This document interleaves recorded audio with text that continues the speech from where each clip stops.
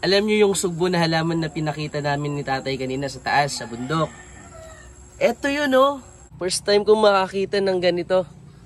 Kasi sa picture at libro ko lang ito nakikita. Ito kagandahan pag nasa probinsya ka. Ito ang mga pagkain.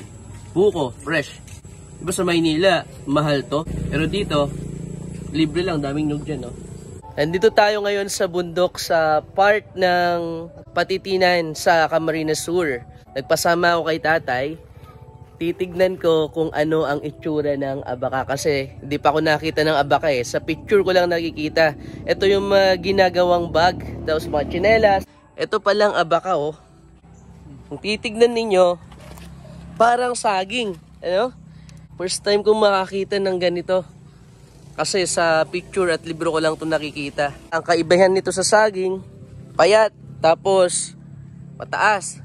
Yung saging naman, tulad nun, saging yon, iba yung dahon tayo, no? Malapad yung dahon ng saging. Ito, yung dahon ng abaka, mahaba pero hindi ganun kalapad. Ang abaka rin pala ay may puso rin. May bunga rin. Nakakain ba yung bunga niyan, tay? Sabi ko kanina, tay, parang niloloko nyo ako. Kasi halos magkapareho talaga ang saging tsaka abaka pala. So at least ngayon, nakita ko na kung ano ang itsura ng abaka. Ito yung pinatutuyo tayo para gawing bag. Saan? Ito, tumagan to. Pinatutuyo tapos gagawing bag at mga tsinelas. Ganito tayo. Alam nyo na, baka hindi nyo rin alam kung anong abaka ha. Saan naman yung ginagawang walis ng butay? Yan? Ito mga to? Anong tawag sa halaman na to tayo? Sugbo. Paano naman ginagawang walis ng buyan tayo? Tinatahiyan. Nandun? Titignan natin. Pero ito yung halaman na yon. Sugbo. Sabi no? Ang dami pa talaga nating natututunan dito sa Camarines Sur. At ang ganda pa ng lugar. Tignan nyo doon. Kita nyo ba yun? Ewan kong kita. Dagat na. Naalala nyo yung halaman na pinapakita namin sa inyo ni tatay kanina sa taas, sa bundok. Yung sugbo.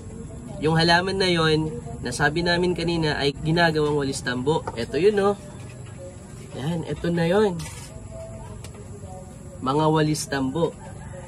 Yung halaman pala na yon, may season daw pala or buwan kung kailan namumulaklak. At ganito yung bulaklak niya. Tapos inaani, pinatutuyo, tsaka ginagawang walis tambo. Tuwing March at April, maraming mga bulaklak ng sugbo. Kaya yun yung season ng gawaan ng walis tambo dito. At ayon kay ma'am, yung anak ni tatay kanina, dinarayo raw ang lugar nila kapag mga ganong season or buwan kasi nga maraming gumagawa ng walis tambo. At syempre kapag ganong season, marami ang production, mas mura ang pagbebenta. Dami nating natutunan dito sa Camsur talaga.